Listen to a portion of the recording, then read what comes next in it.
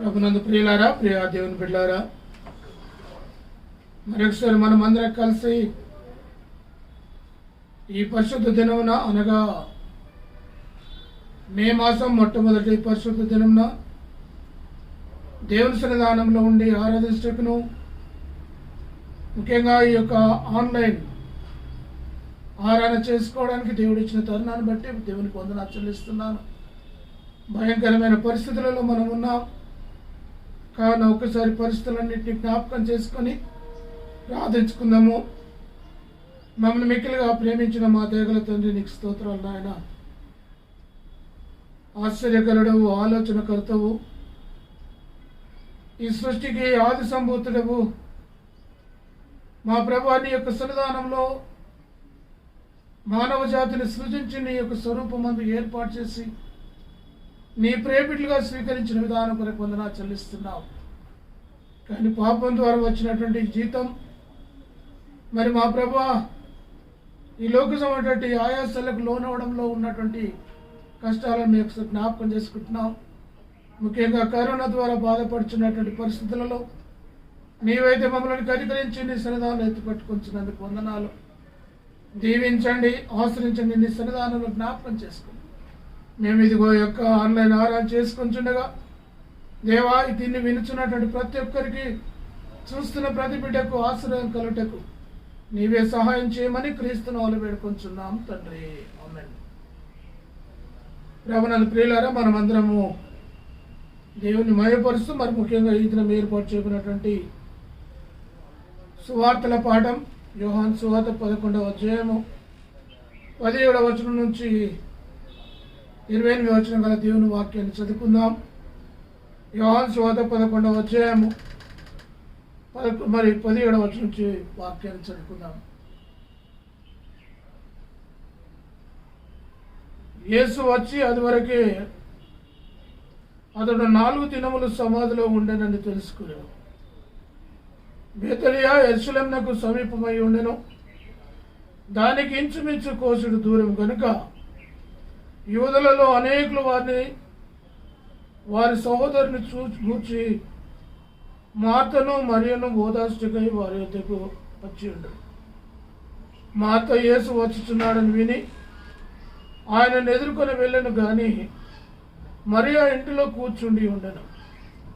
Martha యేసుతో, ప్రభువా, నీవిక్కడ ఉండినడలా నా సహోదరుడు చావకుండాను. ఇప్పుడైనా నీవు దేవుని ఏమడినను దేవుడు నీకు అనుగ్రహించునని ఎరుగుతున్నాను.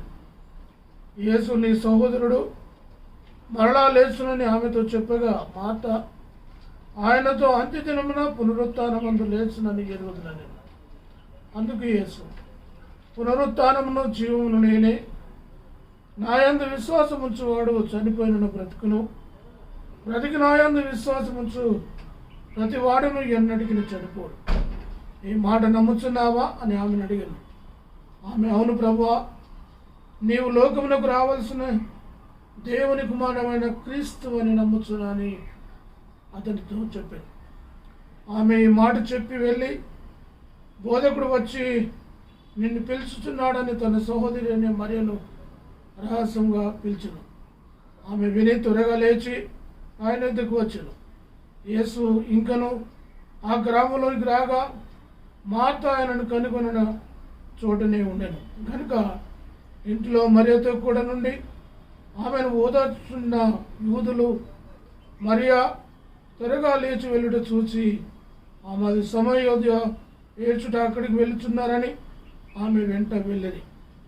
అంతటా మరియా యేసు ఉన్న చోటుకు వచ్చి ఆయనను చూచి ఆయన పాదముల మీద పడి, ప్రభువా, నీవు ఇక్కడ ఉండిన నా సహోదరుడు చావకుండానని. ఆమె ఏడ్చుటయు ఆమెతో కూడా వచ్చిన యూదులు ఏడ్చుటయు యేసు చూచి కలవరపడి ఆత్మలో మొలుగుచు అతను ఎక్కడ నుంచి తనని అడగగా వారు, ప్రభువా, వచ్చి చూడమని ఆయనతో చెప్పింది. యేసు కన్నీళ్లు విడిచింది. చూపినట్టు కొద్ది వాక్యములను దేవుడు దీవించి ఆశ్రయించిన కాక. ప్రభునందు ప్రియులారా, ప్రియ దేవుని బిడ్డలారా, యేసు ప్రభు యొక్క దేవుని సన్నిధానంలో మనం ఈ మాదిరి ఆరాధించటకు మనకి సమయం ఇచ్చిన దేవుని బట్టి మొట్టమొదటి దేవునికి వందనాలు. ఎంతోమంది దుఃఖంలో ఉన్నారు, ఆయాసంలో ఉన్నారు, అనారోగ్య పరిస్థితుల్లో ఉన్నారు. కొన్ని సమయంలో మరి వణికిపోతున్నటువంటి పరిస్థితులు ఉన్నాయి. ఆకలి దప్పులతో ఆయాసలతో అలమటిస్తున్నటువంటి వారు ఉన్నారు. కానీ దేవుడైతే తన సంరక్షణలో మనల్ని దీవించి ఈ స్థితిలో ఉంచినందుకు మొట్టమొదట మనందరి పక్షం దేవునికి హృదయపూర్వకమైనటువంటి వందనాలు చెల్లిస్తున్నాం. ప్రియులారా, మరి ఈ దినం మనం మన సిఎస్ఐ అంశం ప్రకారం ధ్యానిస్తున్నటువంటి అంశం ఏంటంటే పునరుత్థానుడైన క్రీస్తునందు విశ్వాసం ఉంచటం. పునరుత్థానుడైన క్రీస్తునందు విశ్వాసం ఉంచటం. Believing in Christ the resurrection. Believing in Christ the resurrection అనే అంశం జ్ఞాపకం చేసుకుంటాం. ఏంటి అసలు పునరుత్థానుడైన క్రీస్తునందు విశ్వసించడం ద్వారా మనకు కలిగేటటువంటిది ఏంటిది, లేదా మనం పొందేటటువంటి ఆత్మీయమైనటువంటి దీవెనలు ఏంటి అని అనుకున్నప్పుడు ప్రియులారా, చాలా మటుకు మరి బైబిల్ ఏమంటుందంటే ఏప్రిల్ రాసిన పత్రికలో 11వ అధ్యాయంలో 6వ వచనంలో విశ్వాసం లేకుండా దేవునికి ఇష్టడై ఉండుట అసాధ్యం. దేవుని యొద్దకు వచ్చువాడు ఆయన ఉన్నాడనియు తను వెదకు వారికి ఫలము దయచేయవాడని నమ్మవలెను కదా అని ఏప్రి పత్రికలో ఈ యొక్క మాట రాయబడింది. ఏప్రిల్ 11:6లో మరి ప్రియులారా, విశ్వాసం లేకుండా దేవునికి ఇష్టడై ఉండుట అసాధ్యం. కావున మరి మనుషులమైనటువంటి మనం దేవుని యొక్క సన్నిధానంలో మనం ఎన్నెన్నో వాటిని ఇష్టపడుతున్నాం, ఎన్నెన్నో వాటిని పొందాలని అనుకుంటున్నాం, ఇష్టమైనటువంటి వాటిని డబ్బులు పెట్టి కొనుక్కుంటున్నాం. మరి అదే కాకుండా పొందాలనుకున్నటువంటి వాటి కొరకు కూడా మనం ప్రతిదీ కూడా డబ్బులు ఖర్చు పెట్టి చేస్తున్నాం. కానీ విశ్వాసం అనేది ప్రతి ఒక్క భక్తుని యొక్క అంతరంగంలో జరిగేటటువంటి క్రియ.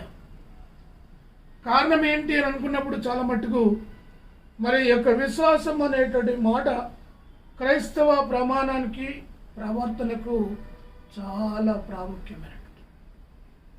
మరి ఎందుకు ఈ యొక్క క్రైస్తవ ప్రమాణానికి ప్రవర్తనకు చాలా ముఖ్యమైనదంటే విశ్వాసం ద్వారానే మనం రక్షించబడ్డాం. దేవుని యొక్క సన్నిధానంలో మరి ప్రియులరా, విశ్వాసం యొక్క నిర్వచనం ఏమంటుందంటే, లేదా విశ్వాసం యొక్క ఉన్నటువంటి పర్యాయ పదాలు ఏంటంటే నమ్మకం, విధేయత, భక్తి, గౌరవం మరియు మతం అనేటువంటి మాటలు జ్ఞాపకం చేస్తుంది. కాబట్టి నమ్మకము, విధేయత, భక్తి, గౌరవం మరియు మతం అనేటువంటి మాటలన్నీ కూడా విశ్వాసి యొక్క విశ్వాసాన్ని తెలియజేయడానికి ఏర్పడుతున్నటువంటి పదాలు. కావున మరి ప్రియులారా, దీని యొక్క సన్నిధానం మరి దేవుని సన్నిధానంలో ఇమ్మానుయేల్ కౌంట్ అనేటువంటి ఒక భక్తుడు ఏమంటాడంటే విశ్వాసం అనేది ఆధారం లేని దానిని నమ్మడం అని అంటాడు. విశ్వాసం అనేది ఆధారం లేనటువంటి దానిని నమ్మడం అనేటువంటి మాట ఈ యొక్క ఇమ్మానుయేల్ కౌంట్ అనే భక్తుడు అంటున్నాడు. దానినే థామస్ ఎక్వినాస్ అనేటువంటి వేదాంతం ఏమంటుందంటే మరి ఆధారంలో లేని వాటిని మానవులు నమ్ముట కష్టం అనేటువంటి మాట ఈ యొక్క భక్తుడు చెప్తున్నాడు. మరి దాన్ని ప్రియులరా, ఈ యొక్క మార్టిన్ లూథర్ గారు ముఖ్యంగా 16వ శతాబ్దంలో సంఘ సంస్కరణ కొరకు విశ్వాసం ద్వారా అన్యాయాన్ని, అక్రమాన్ని, అవినీతిని ఎదిరించినటువంటి భక్తుడిగా నిలబడేటువంటి మార్టిన్ లూథర్ గారు చెప్పేటటువంటి మాట ఏదంటే విశ్వాసం అనేది వ్యక్తి యొక్క వ్యక్తిత్వంపై ఆధారపడి ఉంటుంది అని చెప్పి faith is power of God and grace of God అనే మాట అంటాడు. Faith is power of God and grace of God అనగా విశ్వాసం అనేది దేవుని శక్తి మరియు కృప అయి ఉన్నది అనేటువంటి మాట జ్ఞాపకం చేస్తున్నాడు. మరి అలాంటప్పుడు దేవుని కృప, దేవుని యొక్క సన్నిధానంలో మరి మనం ఈ లోకంలో పొందుతున్నటువంటి శక్తిని బట్టి మనం ఏ విధంగా పునరుత్థానుడైనటువంటి క్రీస్తునందు మన జీవితాలు కొనసాగించబడ్డాయి, లేదా ఆది సంఘం ఎట్లా నిలబడ్డది, లేదా ఆది భక్తులు పాత నిబంధనలో ఉన్నటువంటి మరి వ్యక్తులు కూడా ఏ విధంగా నిలబడ్డారు అనుకున్నప్పుడు వీళ్ళ కొత్త నిబంధనలో మరి విశ్వాసం అనే మాట దాదాపు 330 సార్లు రాయబడ్డారు.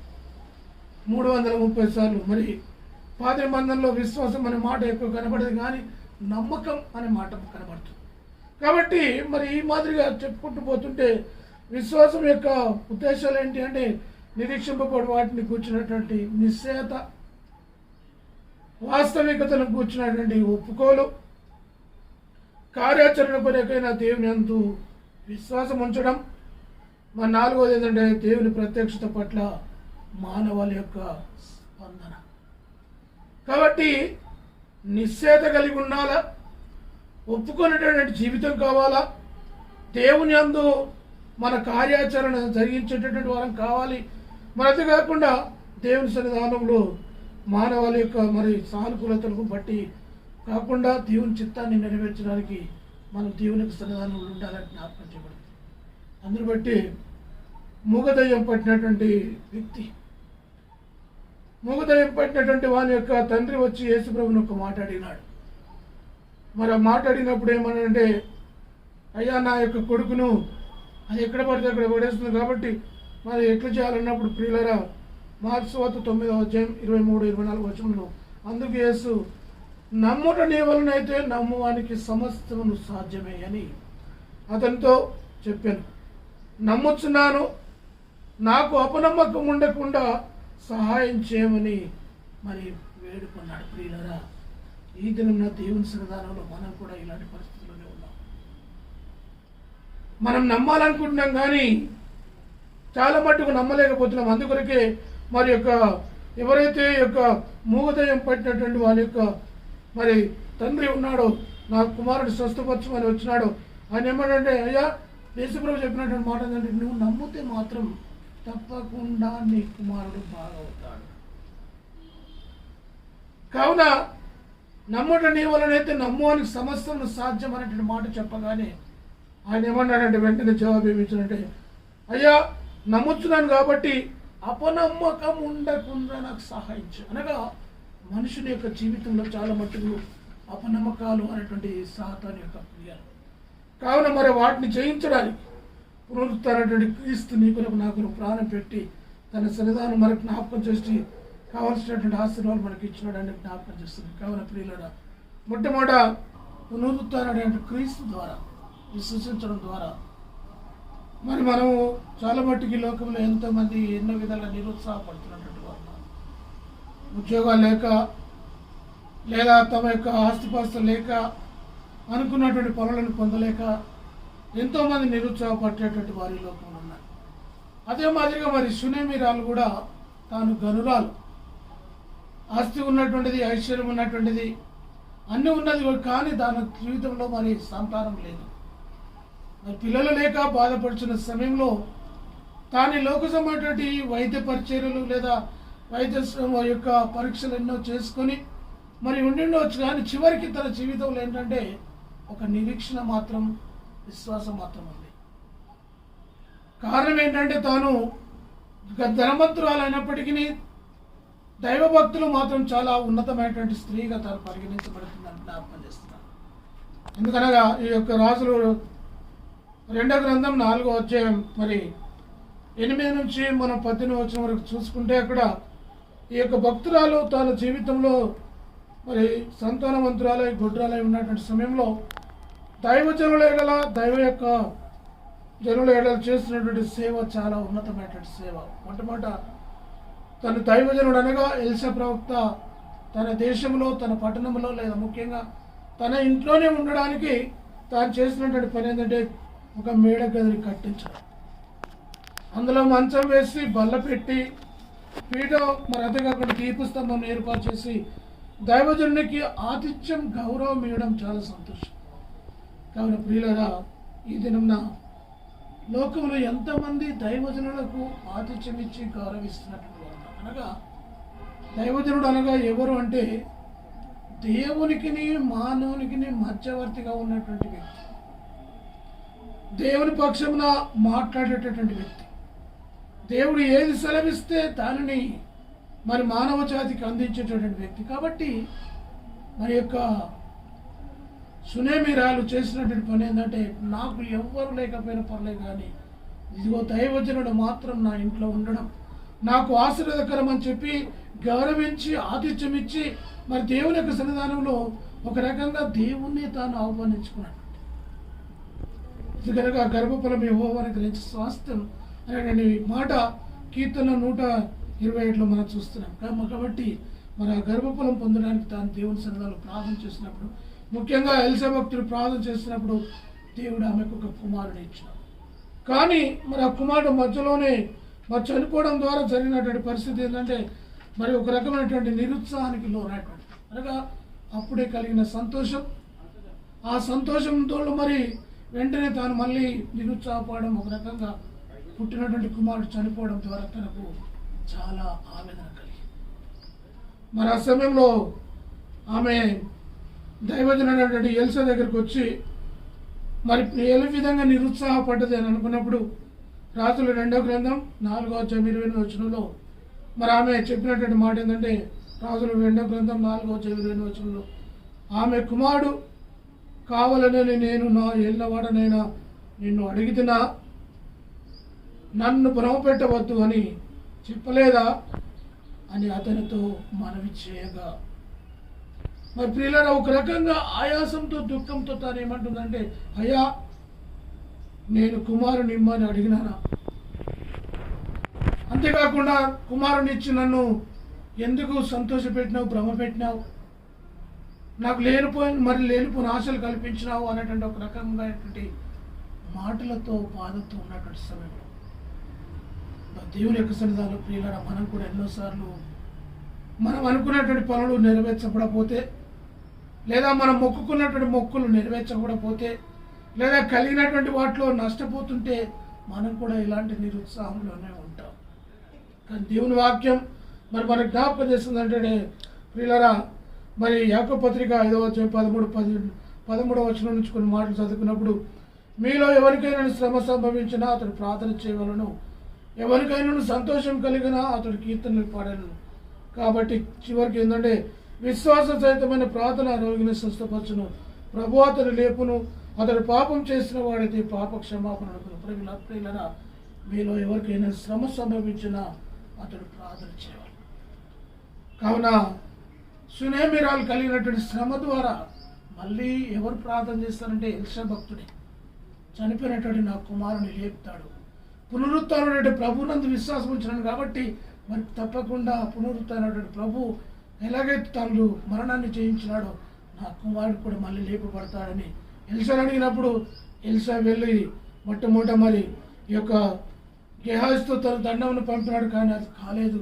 మరి వెంటనే ఎలీషాని వెళ్ళి ఆ యొక్క మేడగదిలో మన కుమారు దగ్గర మోకాల్చి ప్రార్థించి అతని మీద పండుకొని మరి వెట్టగలిగినప్పుడు దేవుని సన్నిధానంలో అతడు జీవం పొందినటువంటి వాడుగా ఉంటాడు. కావున దేవుని వాక్యం ఏమంటుందంటే, విశ్వాస సహితమైన ప్రార్థన రోగిని స్వస్థపడి. కాబట్టి ఎలీషా చేసినటువంటి విశ్వాస ప్రార్థన ద్వారా మన యొక్క సునేమిరాయల యొక్క ఇంట్లో గొప్ప ఉత్సాహం కలిగింది. అనగా నిరుత్సాహంలో నుంచి ఉత్సాహంలో కనుక చనిపోయినటువంటి కుమారుడు లేపుకోవడం, పునరుత్థాన ఆనందాన్ని పొందడం మా దేవుడు ఇచ్చినటువంటి సంతోషం. కాబట్టి ఇతనున్న మనం ఇలాంటి విశ్వాసంతో దైవజనుల ఎడల, దైవభక్తి ఎడల మనం చేయవలసినటువంటి ఆతిథ్యం చేసినప్పుడు దేవుడు తప్పకుండా మన ప్రార్థన వింటాడు. ఎందుకనగా దైవజనుడు ప్రజల పక్షంలో పోరాడేటటువంటి వాడు, ప్రజల కొరకు ప్రార్థించేవాడు. రాత్రి పగలు దైవజనుడు దేవుని మాటలను ప్రజలకు వినిపించేటటువంటి వాడు, ప్రజల యొక్క మొరలను కూడా దేవునికి వినిపించేటటువంటి వాడు దైవజనుడు. కాబట్టి మరి ఇదన్న మరి ఎలీషాకు ఇచ్చినటువంటి ఆతిథ్యం అది దైవభక్తిగా పరిగణించబడి దేవుని సన్నిధిలో చనిపోయినటువంటి కుమారుడు సైతం లేపబడి దేవుని బిడ్డగా పరిగణించబడంలో దేవుడు ఇచ్చినటువంటి కృపాన్ని జ్ఞాపకం చేస్తుంది. కాబట్టి పిల్లరా ఆ మాదిరి మనం జీవించాలని జ్ఞాపకం. రెండవది ఏంటంటే, పునరుత్థాన క్రీస్తునందు విశ్వాసం ద్వారా ధైర్యంతో కూడినటువంటి సాక్ష్యం ఈ లోకంలో కలిగి ఉండాలి. ఎందువరకు సాక్ష్యం అని అన్నప్పుడు ప్రియులరా, అపోస్తల కార్యముల గ్రంథంలో 26వ అధ్యాయంలో మరి 16 నుంచి 15 వరకు మనం చూసుకున్నప్పుడు ఈ యొక్క పరిశుద్ధుడైనటువంటి పౌలు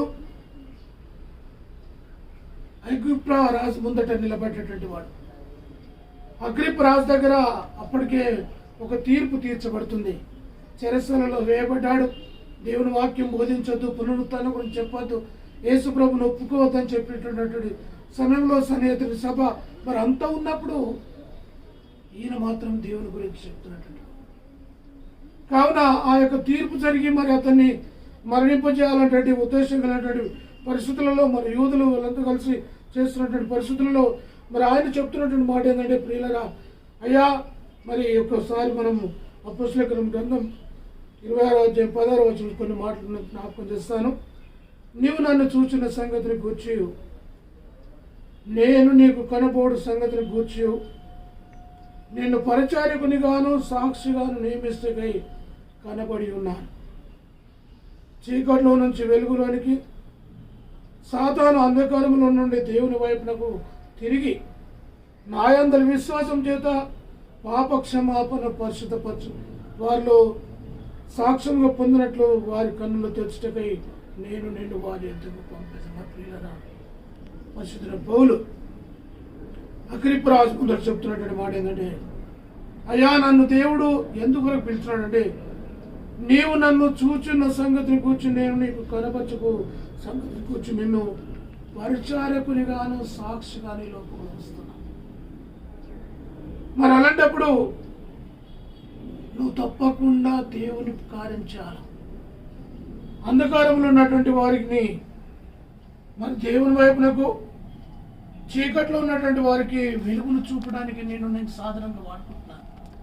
మరి లోకంలో ఎంతో మంది అంధకారంలో ఉన్నారు. దేవుని నశిస్తున్నటువంటి వారు ఉన్నారు. రక్షణ అనుభవం లేక నశిస్తున్నటువంటి వారు ఉన్నారు.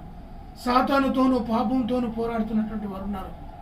వ్యభిచారము, మోసము, అవినీతి, అక్రమం, దౌర్జన్యం, చంపుకోవడం లేదా ఒకరినొక చేర్చుకోవడం, ఇవన్నీ కూడా చూసుకున్నప్పుడు ఇవన్నీ అక్రమానికి సాదృశ్యాలు.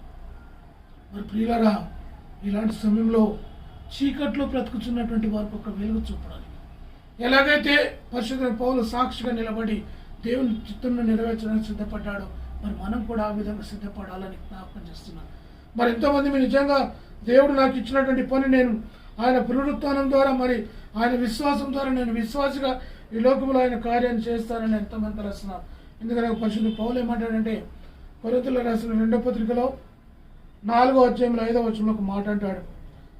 కొరింథీయులకు రాసిన 2వ పత్రిక 4వ అధ్యాయం 5వ వచనంలో, అంధకారంలో నుండి వెలుగు ప్రకాశించిన అని పలికిన దేవుడే తన మహిమను కూర్చున్న జ్ఞానం యేసునందు వెల్లడిపరచుటకు మన హృదయంలో ప్రకాశించిన. మన పిల్లలు ఏమంటాడంటే, అంధకారములో నుంచి వెలుగు మరి ప్రకాశించునుగా కానీ పలికిన దేవుడు ఆ యొక్క అంధకారంలో ఉన్నటువంటి జనాంగాన్ని నడిపించడానికి మరి యేసుక్రీస్తునందు నన్ను కూడా బలపరచడం అనేటువంటి వాస్తవాన్ని జ్ఞాపకం చేసినటువంటి వాడు. మరి ఈ దినం నీవు నేను ఎంతమందివి మా దేవుని మహిమపరం ఆయన సాక్షులుగా ఉంటున్నాం. నాథుడేసు ప్రభుని కూర్చి నాకు తెలిసినంత వరకు సాక్ష్యం ఇచ్చేదాన్ని 356 కీర్తనలో పాడినటువంటి పాటలు మనకు జ్ఞాపకం చేసుకోండి.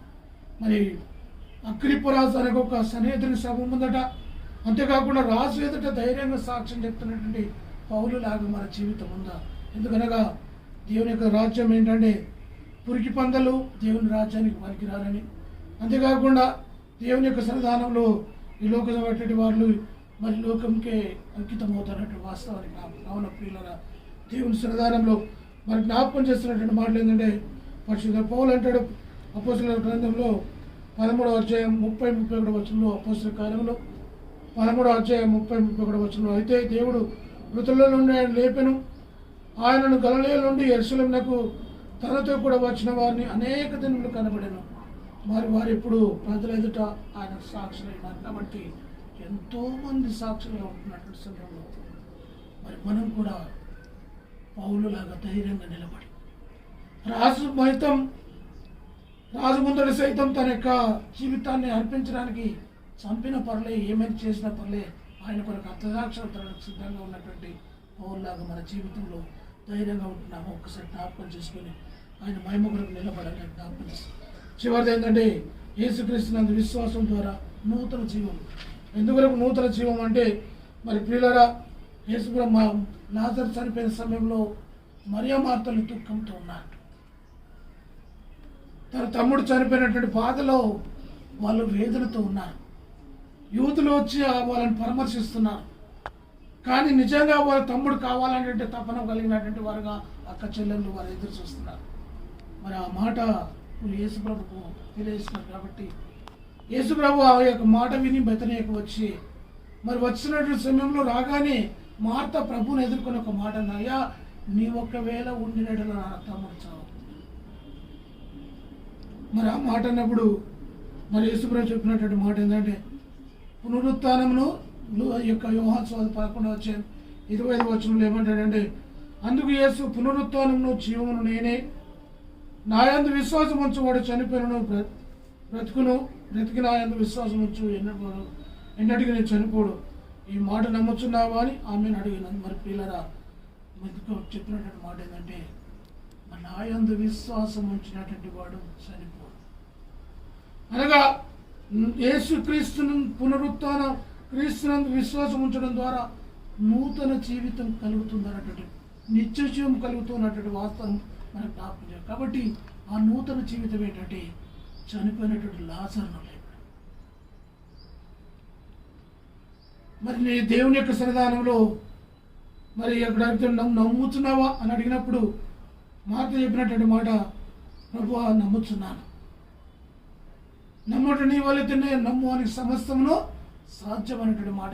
కాబట్టి పిల్లరా, నమ్మకం అనేది మన జీవితాల్లో గొప్ప కార్యములు చేస్తుంది.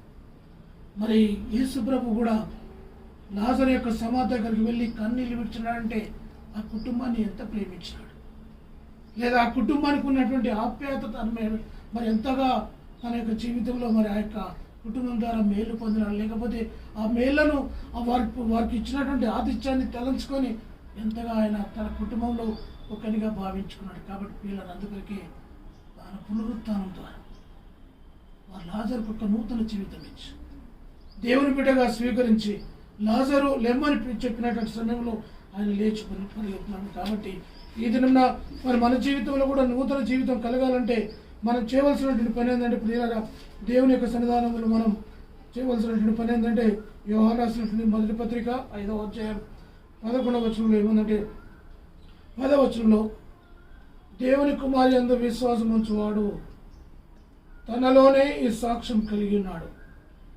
దేవుని నమ్మిని వాడు ఆయన కుమారుని గూర్చి ఇచ్చిన సాక్ష్యమును నమ్మలేదు కనుక అతడు దేవుని అపకృతుడిగా చేసిన వాడే. మరి ప్రియులరా, దేవుని గూర్చి నమ్మనటువంటి వాడు, మరి దేవుని యొక్క సన్నిధానంలో దేవుని నమ్మనటువంటి వాడు, దేవుని కుమారుని నమ్మనటువంటి వాడు కూడా అబద్ధికుడే.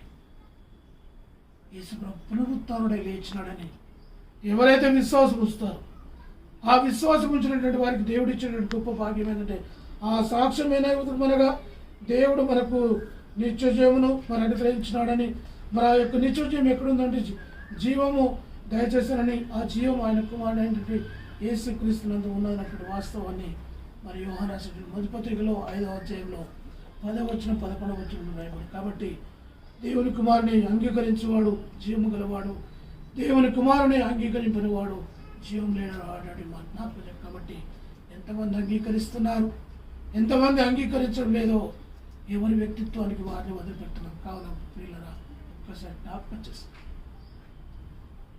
ఈ 3 విషయాలు. పునరుత్థానుడైన క్రీస్తునందు విశ్వాసం ఉంచడం ద్వారా నిరుత్సాహంలో నుంచి ఉత్సాహం పొందినటువంటి సునామీ రాయలుగా మనం ఉండాలని, రెండవది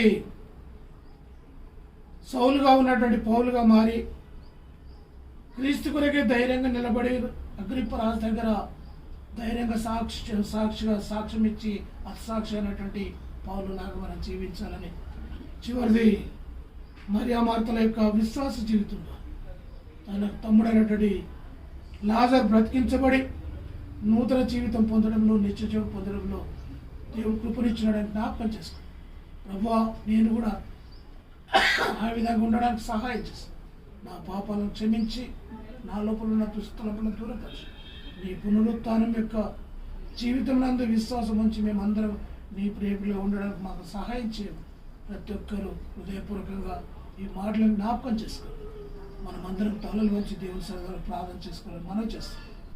ప్రార్థించుకుందాము. మనమందరం తలలు వంచి పునరుత్థానుడైన క్రీస్తునందు విశ్వాసం వచ్చి మన జీవితాలను జ్ఞాపకం చేసుకొని ఈ భయంకరమైన కరోనా పరిస్థితులలో ప్రభువే మన పక్షం నుండి మన కష్టాలు, మన బాధలు, మన ఆయాసాలు తీర్చాలని, ఒకవేళ ఎవరైనా దుఃఖంలో ఉంటే దేవుడు వారికి ఓదార్పు ఇవ్వాలని, కష్టాల్లో ఉంటే వారి యొక్క బాధలు తీర్చాలని, అనారోగ్య పరిస్థితుల్లో ఉంటే వారికి స్వస్థతను దయచేయాలని ప్రతి కాకుండా ప్రపంచమంతటి కొరకు ప్రార్థన చేద్దాం. ఎంతోమంది దైవజనులు కూడా అనారోగ్యంతో ఉన్నారు, వారి కూడా ప్రార్థన చేయాలని మనం చేస్తున్నాం. కావున మరి కృష్ణపరాయ గారి కొరకును, విజయకుమార్ రాయ్ గారి కొరకును, మరి కాకుండా ఇంకా మరి దేవుని యొక్క సన్నిధానంలో అనారోగ్య పరిస్థితులు ఉన్నటువంటి వారి కొరకును, మరి చనిపోయినటువంటి సామలయ్య గారి యొక్క కుటుంబం కొరకును, మరి దేవుని యొక్క సన్నిధానంలో మీరు అందరూ మీ సొంత కుటుంబాలను ప్రార్థనలో జ్ఞాపకం చేసుకొని వారి కొరకు ప్రార్థన చేయాలని మనం చేస్తున్నాం. ప్రార్థించుకుందాము. ప్రార్థన. మమ్మల్ని మిక్కిలిగా ప్రేమించిన మా దయగల తండ్రి, సర్వజీవులకు అధిపతి, సృష్టికర్తమైనటువంటి మా పరులకు ప్రభు నీకు స్తోత్రాలు చెల్లిస్తున్నాం. మానవ జాతికి నీ యొక్క ఆయుష్నిచ్చి ప్రతి వారికి మా ప్రభు నీ యొక్క సంకల్పాన్ని నెరవేర్చడానికి నీ స్వరూపమందు ఏర్పాటు చేస్తున్నటువంటి దేవుడు. కానీ మా తండ్రి ఎంతోమంది నేను ఎరగక లోకం వైపును, పాపం వైపును, సాతాను వైపును వెళ్ళి మా తండ్రి నీ చిత్తంలో నుంచి దూరం అవుతున్నటువంటి వారు ఉన్నారు. నీవైతే అనేకుల పాపాలను భరించుటకు నిన్ను నీవే సిలువలో బలియాగం చేసుకొని మా కొరకు మరణించి మా ప్రభువా సమాధి చేయబడి తిరిగి పునరుత్థానమై లేచినటువంటి దేవుడుగా ఉంటున్నావు. కావున ఈ దినంలో మేము పునరుత్థానుడైన క్రీస్తునందు విశ్వాసం ఉంచడం ద్వారా కలిగేటటువంటి ఆదరణ లేదా కలిగేటటువంటి ఆశీర్వాదాలు ఏంటి అని మేము జ్ఞాపకం చేసుకున్నాడు మా తండ్రి. మరి గుడ్రాలైనటువంటి మరి ప్రభా శురేమీరాలకు తనకి ఇచ్చినటువంటి గొప్ప ఆదరణ, చనిపోయినటువంటి కుమారుని మళ్ళీ బ్రతికింపజేసి నిరుత్సాహంలోంచి ఉత్సాహంలోకి నడిపించిన దేవుడు. మరి మేము కూడా అలాంటి పరిస్థితుల్లో ఎంతోమంది ఉండిండవచ్చు. కావున మమ్మల్ని కూడా కనికరించి నీ కృపలో ఎత్తిపట్టుకుని మా లోపల ఉన్న ప్రతి బలహీనతను తొలగించి దేవాన్ని యొక్క ఆత్మీయ జీవితం దయచేయమని ప్రార్థన చేస్తున్నాం. మరి కాకుండా మా తండ్రి మరొకసారి మా తండ్రి మా జీవితాల్లో పరిశుద్ధ పౌలు ధైర్యంగా ఏ విధంగా అయితే నీ కొరకు సాక్షిగా నిలబడి మరి మా తండ్రి పాత సాక్షిగా తన జీవితంలో నిలబడ్డాడు. మేము కూడా నీ యొక్క మహిమ కొరకు నిలబడ్డాడు. నీ పునరుత్థాన సాక్షులు ఉండడానికి మాకు సహాయం చేయండి. మాటలు కావాలి, క్రియలు కావాలి, విశ్వాసం కావాలి మా జీవితంలో. మరి ఈ దినంలో ఎంతోమంది ప్రభు ఈ యొక్క కరోనా ద్వారా భయంకరమైన పరిస్థితులు ఎదుర్కొంటున్న సమయంలో నీవైతే చాలిన దేవుడుగా, ఇమ్మానుయేలు దేవుడుగా ఉండి ప్రతి వారికి నీ రక్షణ అనుభవాన్ని అనుగ్రహించమని ప్రార్థిస్తున్నాను. నీ పునరుత్థానం యొక్క సాక్ష్యం ద్వారా అనేకులు మా తండ్రి నీ ఆశీర్వాదాలు పొందుటకు నీ కృప చూపని ప్రార్థన చేస్తున్నాను. కాబట్టి మా సంఘాన్ని నడిపించండి. సంఘంలో ఉన్న ప్రతి బిడ్డను, ప్రతి కుటుంబాన్ని ప్రేరేపించండి. ఆయాసంలో ఉన్నటువంటి బిడ్డలందరినీ జ్ఞాపకం చేసుకోండి. మరి మా ప్రభా ఇంకను కృష్ణపరాయ గారి కొరకును, మరి అంతేకాకుండా మా ప్రభా విజయకుమార్ కొరకును, మరి అంతేకాకుండా ఇంకా మరి కరోనాతో బాధపడుతున్నటువంటి దైవజనుల కొరకు ప్రార్థన చేస్తున్నాం. వారికి స్వస్థతను దయచేయండి. మరి మా దేశంలోను మా రాష్ట్రంలోను కూడా ఎంతోమంది కరోనా ద్వారా మా ప్రభు బాధపడుతున్నటువంటి వారు ఉన్నారు. కొన్ని కుటుంబాలు ప్రియులను కోల్పోయి దుఃఖంలో ఉన్నారు. అలాంటి వారికి కూడా ఓదార్పు, సహనం ప్రభా నీ నెమ్మది దయచేయమని ప్రార్థిస్తున్నాం. మరి విశేషంగా సామలయ్య గారి కుటుంబం కొరకు ప్రార్థన చేస్తున్నారు. దేవా మరి ఆ దైవజనుని ఈ సంఘంలో ఎంతగానో వాడుకున్నావు. మరి మా తండ్రి ఇంకా నీ పరిశుద్ధ ఆత్మచేత నింపండి. అమ్మగారికి, కుమారునికి సంపూర్ణ ఆరోగ్యం ఇచ్చి నీ కృపలు దీవించమని ప్రార్థిస్తున్నాం. మరి ఒకసారి మమ్మలను, మా కుటుంబాలను నీ సన్నిధానాలు ఎత్తుపట్టుకొని నీ ఆత్మచేత దేవా నీ సన్నిధానంలో మేమందరం నీ పునరుత్థానం యొక్క ఆనందం ద్వారా అనేకులకు సాక్షులుగా ఉండడానికి, క్రియలోని విశ్వాసంలో నీ యొక్క పునరుత్థాన ఆనందాన్ని చూపి మేమందరం నిత్య జీవనకు వారసులవుటకు మమ్మలను, మా సంఘాన్ని బలపరచమని ఎస్ఐ నీ పాదములను బట్టి వేడుకుంటూ ఈ కొద్ది ప్రార్థన సమర్పించుకుంటున్నాం తండ్రి. తండ్రి, కుమార, పరిశుద్ధాత్మ దేవుని దీవెన, ఆయన యొక్క ఆశీర్వాదాలు, ఆయన యొక్క నడిపింపు ఇదిగో మన యొక్క సిఎస్ఎస్ఎన్ థామస్ ఎస్పీసీ సంఘమంతటికి ఈ యొక్క కార్యక్రమాన్ని వీక్షిస్తున్న ప్రతి బిడ్డకును లోకమంతుడికి, రాష్ట్రమంతుడికి, దేశమంతుడికి దేవుడు తన గొప్ప ఆశీర్వాదం దయచేయను గాక.